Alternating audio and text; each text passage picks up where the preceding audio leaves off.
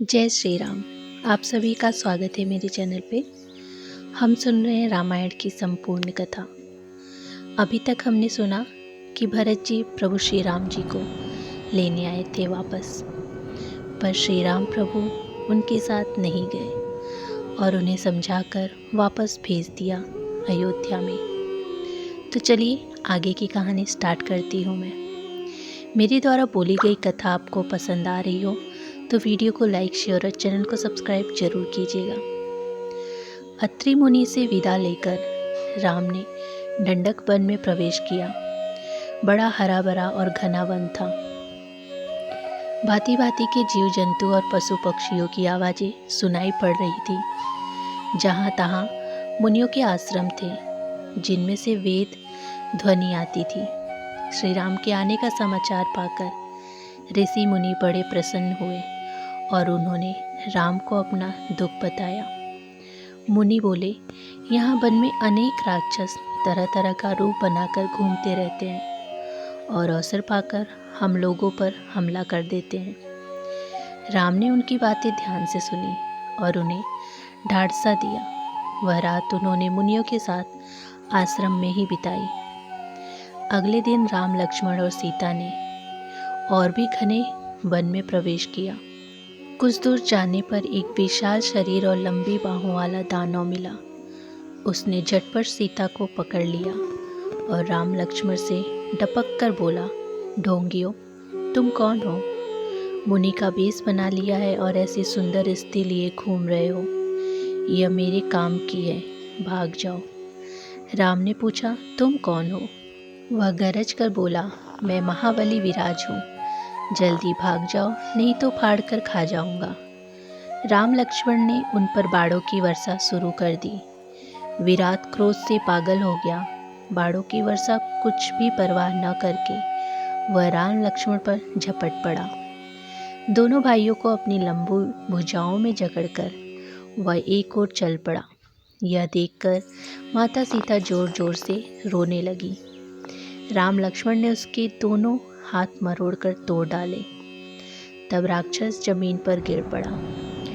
राम लक्ष्मण ने एक बहुत बड़ा गड्ढा खोदा और टोक पीटकर उसे जिंदा ही जमीन में गाड़ दिया। वहां से चलकर राम सरभंग मुनि के आश्रम में पहुंचे। सरभंग मुनि ने कहा, आपके दर्शन से मेरी लालसा पूरी हुई। आपने अच्छा किया कि यहाँ आ गए। ऋषि मुनियों की रक्षा हो जाएगी। आपको देखने के बाद अब मैं और कुछ नहीं देखना चाहता। इतना कहकर सरभंग मुनि जलती हुई चिता में समा गए। अनेक ऋषि मुनि वहां जमा हो गए। उन्होंने हड्डियों के ढेर दिखाकर राम से कहा, ये ऋषियों के कंकाल हैं जिनको राक्षसों ने खा डाला है। राम ने कहा, डरे नहीं, मैं राक्षस का नाश कर दूंगा। अब राम श्रुतिछड़ मुनि के आश्रम में पहुंचे। श्रुतिछड़ मुनि अगस्त्य ऋषि के शिष्य थे और भगवान के बड़े भक्त थे। श्री राम का स्वागत सत्कार कर उन्होंने भी राक्षसों के अत्याचार की कहानियां राम को सुनाई। उस दिन राम, लक्ष्मण और सीता श्रुतिछड़ के आश्रम में ही टिक गए। अगले दिन वे फिर चल पड़े और दंडक वन के विभिन्न स्थानों में रहे। सीता जी कहती, आर्यपुत्र, वन में रहकर राक्षसों से बैर लेना मुझे ठीक नहीं जान पड़ता। राम ने उत्तर दिया, भद्रे, हम लोग क्षत्रिय हैं। हमारा धर्म है पीड़ितों की रक्षा करना, शरण में आए हुए की मदद करना। ऋषियों को मैं भगवान भरोसे कैसे छोड़ सकता हूँ? इस प्रकार दंडक वन में घूमते घूमते 10 वर्ष बीत गए। लौट कर वे फिर श्रुतिछड़ मुनि के आश्रम में आ गए। श्रुतिछड़ ने उन्हें अगस्त्य ऋषि से मिलने का परामर्श दिया। श्रुतिछड़ के आश्रम में 5 योजन दूर आर्यश्रेष्ठ अगस्त्य ऋषि का आश्रम था। राम, लक्ष्मण और सीता उसी ओर चल दिए। मार्ग में श्री राम ने बताया कि भगवान अगस्त्य ही सबसे पहले विंध्याचल को पार कर यहाँ आए। उन्होंने दक्षिण दिशा का द्वार खोला। उनसे राक्षस डरते हैं और उन्हीं के भरोसे दूसरे ऋषि यहाँ आ पहुँचे। उनके दर्शन कर आज हम धन्य होंगे। उन्हीं की आज्ञा से हम वनवास का शेष समय काटेंगे। श्री राम के आने का समाचार पाकर अगस्त्य ऋषि बाहर आए। राम, लक्ष्मण और सीता उनके चरणों के प्रणाम किया। मुनि ने सबको आसन देकर कंद मूल फल खाने को दिए। राम को तरह तरह के उपदेश देकर बोले, अच्छा किया आप यहाँ तक आ गए। मैं स्वयं आपसे मिलना चाहता था। आपका सब हाल मैं जान चुका हूँ, आपकी शक्ति भी जानता हूँ। राक्षसों को मारकर जनस्थान की रक्षा करना आपका काम होगा, जिससे ऋषि मुनि यहाँ बैठ खटके जप तप कर सके। यह कहकर अगस्त्य ऋषि ने दिव्य अस्त्र शस्त्र राम को दिए। विष्णु से प्राप्त महाधनुष दिया, ब्रह्मा से मिला हुआ एक अमोद बाण भी दिया, इंद्र से मिले हुए तरकस दिए जो सदा बाणों से भरे रहे थे। सोने की मुठमाला, एक खड़ग भी उन्होंने श्री राम को दिया। श्री राम ने इन दिव्य शस्त्रों को सिर से लगाकर ग्रहण किया। तब मुनि ने राम से कहा, यहाँ से 2 योजन दूर गोदावरी नदी के किनारे पंचवटी नामक एक स्थान है। वनवास का शेष समय वहीं व्यतीत करो। सीता और लक्ष्मण सहित रामचंद्र जी पंचलटी की ओर चल दिए। मार्ग में उनको भयंकर शरीर वाला एक गिद्ध मिला। दोनों भाइयों ने समझा कि वह कोई राक्षस है, परंतु गिद्धराज उन्हें पहचान लिए और वह मधुर वाणी में बोले, मेरा नाम जटायु है, मैं तुम्हारे पिता दशरथ का मित्र हूँ। वनवास में मैं तुम्हारी हर तरह से सहायता करना चाहता हूँ। श्री राम ने पिता के समान उनको आदर दिया और उनको साथ लेकर वे पंचवटी की ओर चल दिए। पंचवटी पहुंचकर लक्ष्मण ने गोदावरी नदी के किनारे बड़ी सुंदर कुटी बना ली। सीता जी को वह कुटी बड़ी अच्छी लगी। सीता और राम दोनों ने लक्ष्मण को अनेक आशीर्वाद दिए। पंचवटी का व्यास राम को बहुत अच्छा लगा। वे गोदावरी नदी के किनारे किनारे कुंजों और वनों की शोभा निहारते फिरते। लक्ष्मण उनके लिए फल मूल इकट्ठा करते और रात में कुटी पर पहरा देते।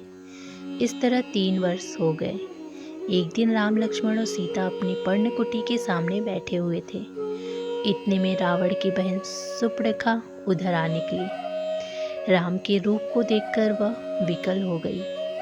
उनका मन काबू के बाहर हो गया। सुंदर वेश बनाकर बन ठनकर वह राम के पास आई और बोली, पुनि फिरी राम निकट सो आई, प्रभु लक्ष्मण पहु बहुरी पठाई।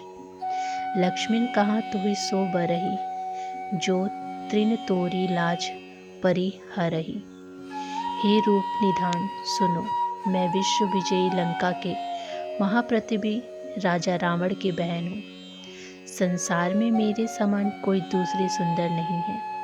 तीनों लोकों में खोज हुई पर मेरे अनुरूप कोई वर नहीं मिला, इसीलिए अब तक कुमारी ही हूँ। तुम्हें देखकर मन में आया कि विवाह कर लूँ। मेरी तुम्हारी जोड़ी अच्छी रहेगी। तुम्हारी यह स्त्री सीता बड़ी अभागिन और कुरूप है। इसे छोड़ो और मेरे साथ रहकर महलों में भोग विलास करो। राम को उसकी निर्जलता बहुत बुरी लगी, परंतु वे हंसकर बोले, देवी तुम लक्ष्मण के पास क्यों नहीं जाती? अभी उसके साथ कोई स्त्री नहीं है और सुंदर भी है।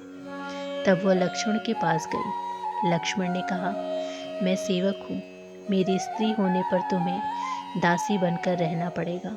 राम के ही पास जाओ, वे राजा हैं। सुपर्णखा फिर राम के पास पहुंची और राम ने उसे फिर लक्ष्मण के पास लौटा दिया। इस प्रकार जब वह कई बार आई गई तब खिसिया गई और सीता की ओर मुख फाड़कर दौड़ी। राम का संकेत पाकर लक्ष्मण ने उसे नाक काट दिया। वह जिधर से आई थी उधर ही रोती चिल्लाती भाग गई। रोती चिल्लाती सुपर्णखा अपने भाई खर और दूसड़ के पास गई। वे रावण के सौतेले भाई थे और उसी के आदेश से जनस्थान से सेनाहित रहते थे। त्रिशिरा उनका सेनापति था। बहन की दुर्दशा देखकर खर ने सुपर्णखा से सारा हाल मालूम किया और अपने सैनिकों की एक टोली राम को मारने के लिए सुपर्णखा के साथ भेज दिया। राम ने बात ही बात में सब राक्षसों को मार डाला। सुपड़ेखा फिर खर के बल पौरुष को धिक्कारने लगी। एक मनुष्य द्वारा अपना अपमान देखकर खर को बहुत क्रोध आया। अपनी समस्त सेना लेकर उसने राम पर चढ़ाई कर दी। उधर बड़ी भारी सेना आते देखकर राम ने सीता जी को लक्ष्मण के साथ सुरक्षित स्थान पर भेज दिया और स्वयं युद्ध के लिए तैयार हो गए। राक्षसी सेना ने पंचवटी को चारों ओर से घेर लिया। राम ने देखते ही देखते हजारों राक्षसों को मार डाला। दूसरा और त्रिशिरा के मारे जाने पर महारथी खर राम से युद्ध करने के लिए आया। खर ने घोर संग्राम किया। एक बार तो उसने राम का कवच ही काट डाला और उसको लहूलुहान कर दिया। राम ने क्रोधित होकर उसके सारथी और घोड़ों को मार डाला और रथ को चूर चूर कर दिया। तब खर गदा लेकर घोर संग्राम करने लगा।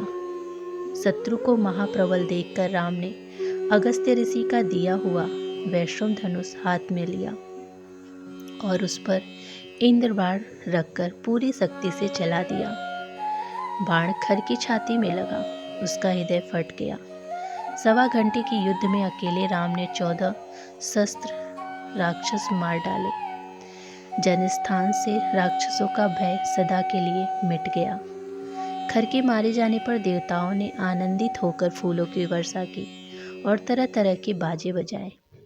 अगस्त्य ऋषि ने भी आकर रामचंद्र जी को बधाई दी। इतने में सीता सहित लक्ष्मण जी भी वहां आ गए। राम को सकुशल देखकर दोनों बहुत हर्षित हुए। सुपड़ेखा का बड़ा भाई रावण लंका में राज करता था। वह अपने बल प्रताप के लिए तीनों लोकों में विख्यात था। देवता उनके नाम से ही थरथर कांपते थे। कुबेर से उसने पुष्पक विमान छीन लिया था। खरदूषण के मारे जाने पर सुपड़ेखा समुद्र पार कर रोती चिल्लाती रावण के पास पहुंची और बोली, भाई तेरे पौरुष को धिक्कार है। तेरे रहते मेरी यह दुर्गति हो गई। अब तू कैसे मुंह दिखाएगा। इतना कहकर सुपड़ेखा पछाड़ खाकर गिर पड़ी। रावण ने सुपड़ेखा को उठाकर और पूछा, किसने तेरे नाक काटे हैं? किसके सिर पर काल मंडरा रहा है, बता तो सही। सुपड़ेखा ने सारा हाल कह सुनाया। राम लक्ष्मण के बल और रूप की प्रशंसा करते हुए उसने कहा कि उसके साथ एक परम सुंदरी स्त्री भी है। उसका नाम सीता है। मैंने समझाया कि ऐसी सुंदरी स्त्री लंका के राजमहल के योग्य है। उसे मैं तुम्हारे लिए लाना चाहती थी। जब उन्हें मालूम हुआ कि मैं तुम्हारी बहन हूँ तो वे मुझसे हंसी करने लगे और लक्ष्मण ने मेरे नाक काट दिए। मेरी नाक जो गई वह तो लौट नहीं सकती, पर उस सुंदरी को अवश्य ले आओ। बैरी की चुनौती स्वीकार करो। खरदूषण की मृत्यु के समाचार से रावण पहले तो कुछ घबराया, फिर उसने सुपड़ेखा को समझाया बुझाया सीता को ले आने का निश्चय कर लिया। उसने तुरंत अपना आकाशगामी रथ मंगवाया और उसमें अकेले ही बैठकर समुद्र पार मरीचि के पास पहुंचा। विश्वामित्र ने आश्रम में श्री राम के बाण से चोट खाकर मरीचि समुद्र के किनारे तप करने लगा था। मरीचि ने राक्षस राज का उचित सत्कार किया और इस तरह आने का कारण पूछा। रावण ने मरीचि को पूरी कहानी बताकर अपना आशय बताया और कहा कि सीता हरण में तुम मेरी सहायता करो। सोने का हिरण बनकर तुम राम लक्ष्मण को आश्रम से दूर ले आओ, तभी मैं सीता को हर लाऊंगा। स्त्री के वियोग में राम तो अपने आप मर जाएगा या उसका बल क्षीण हो जाएगा, तब मैं उसे सहज ही जीत लूँगा। रावण की बात सुनकर मरीचि के प्राण सूख गए। उसने राम के प्राण की घटना सुनकर कहा कि अब तो जब कोई राम का नाम लेता है अथवा अक्षर वाला कोई शब्द रथ राज रत्न आदि बोलता है तो रस सुनते ही मुझे कंपकपी लग जाती है। मेरी बात मानो तो राम से बैर न लो। मरीचि की बात सुनकर रावण बड़ा क्रोधित हुआ और बोला, मैं यहाँ तेरे उपदेश सुनने नहीं आया, आज्ञा देने आया हूँ। हो सकता है कि राम के बाण से तू बच जाए, लेकिन यदि मेरी बात नहीं मानी तो मैं तुझे अभी मार डालूंगा। मरीचि को विवश होकर रावण की बात माननी पड़ी। रथ में बैठकर दोनों पंचवटी पहुँचे और मरीचि सोने का हिरन बनकर राम की कुटी के आसपास घूमने लगा। रावण पेड़ों के झुरमुट में छिप गया। सोने के विचित्र हिरन को देखकर सीता उस पर मुग्ध हो गई। उन्होंने राम से कहा, उसको पकड़ने का आग्रह किया। राम को कुछ संदेह तो हुआ, परंतु सीता के कहने पर वे उसके पीछे चल पड़े। लुकता छिपता मरीच राम को बहुत दूर ले गया। उसे पकड़ने का राम ने बहुत प्रयत्न किया, परंतु वो पकड़ में न आया। तब राम ने एक कठोर बाण उस पर छोड़ दिया। बाण लगते ही मरीची गिर पड़ा और अपने असली रूप में आ गया। राम की बोली में वह जोर से चिल्लाया, हाँ सीता, हाँ लक्ष्मण, मैं मरा। राम की पुकार सुनते ही सीता लक्ष्मण से बोली, भाई संकट में है, जल्दी जाओ। लक्ष्मण ने कहा, माता आप चिंता न करें, आर्य राम को कोई कुछ बिगाड़ नहीं सकता। जो आवाज़ सुन पड़ी है वह बनावटी मालूम पड़ती है। खरदूसर के मारे जाने पर राक्षस बदला लेने पर उतारू हैं। वे हर तरह का छल कर सकते हैं। जब लक्ष्मण किसी तरह उन्हें अकेला छोड़ने को तैयार नहीं हुए तो सीता अनेक प्रकार के दुर्वचन कहने लगी। वे बोली, तुम भी भरत के गुप्तचर मालूम पड़ते हो सकता है मेरे ऊपर भी तुम्हारी क्रूरदृष्टि हो। अगर आर्यप्रत को कुछ हो गया तो मैं गोदावरी नदी में डूब मरूंगी। होनी प्रबल होती है। इन कठोर वचनों से आहत होकर लक्ष्मण राम की खोज में चल पड़े। रावण ऐसे ही अवसर की तलाश में छिपा बैठा था। सन्यासी का वेश बनाकर वह सीता जी की कुटी पर वेद मंत्र बोलते हुए आ गया। सीता ने उचित अतिथि सत्कार किया। तब रावण ने अपना नाम बताया और लंका चलने के लिए सीता जी से कहा। सीता जी ने उसे डांटा और राम का डर दिखाया। रावण ने समय खोना उचित न समझा। उसने झटपट सीता को उठा लिया और आकाशयान में बैठाकर लंका की ओर चल दिए। सीता जी हाँ राम हाँ लक्ष्मण चिल्लाती हुई रोती जाती थी। प्रत्येक बीच पहाड़ बीच पशु पक्षी से वे निवेदन करती कि वे राम को बता दे कि लंका का रावण तुम्हारी प्यारी रानी को पकड़ ले गया। गिद्धराज जटायु ने सीता का रोना सुना तो उसने अपने कोटर से निकलकर रावण को ललकारा और पूरी ताकत से वह रावण पर टूट पड़ा। उसने रावण का कवच काट डाला, उसे घायल कर दिया। जटायु ने रावण के धनुष बाण काट डाले और उसका रथ भी तोड़ फोड़ डाला। तब रावण ने तलवार से जटायु के पंख काट डाले और सीता को लेकर लंका की ओर चल दिए। रास्ते में ने सीता एक पहाड़ की चोटी पर कुछ बंदरों को बैठे देखा। रावण की आंख बचाकर अपने कुछ आभूषण एक कपड़े में बांधे और पोटली को पहाड़ की चोटी पर गिरा दिया। लंका पहुंचकर रावण ने सीता को अपना सारा राजमहल दिखाया और कहा, यह सब तुम्हारी ही है। तुम लंका की पटरानी बनने को तैयार हो। मेरी सब रानियां तुम्हारी सेवा करेंगी। परंतु सीता किसी तरह न मानी। वे बराबर उसे डांटती रहीं। तब रावण ने सीता को अशोक वाटिका में रखकर उन पर कड़ा पहरा लगा दिया और कहा, मैं 1 वर्ष का समय देता हूँ। यदि तू न मानी तो तेरा वध कर दिया जाएगा। श्री राम का ध्यान करते हुए सीता अपने दिन रो रो कर काटने लगी। तो यहाँ तक सीता हरण की कथा समाप्त होती है। आगे की कथा जल्दी ही लेके आऊँगी। तब तक के लिए धन्यवाद। जय श्री राम।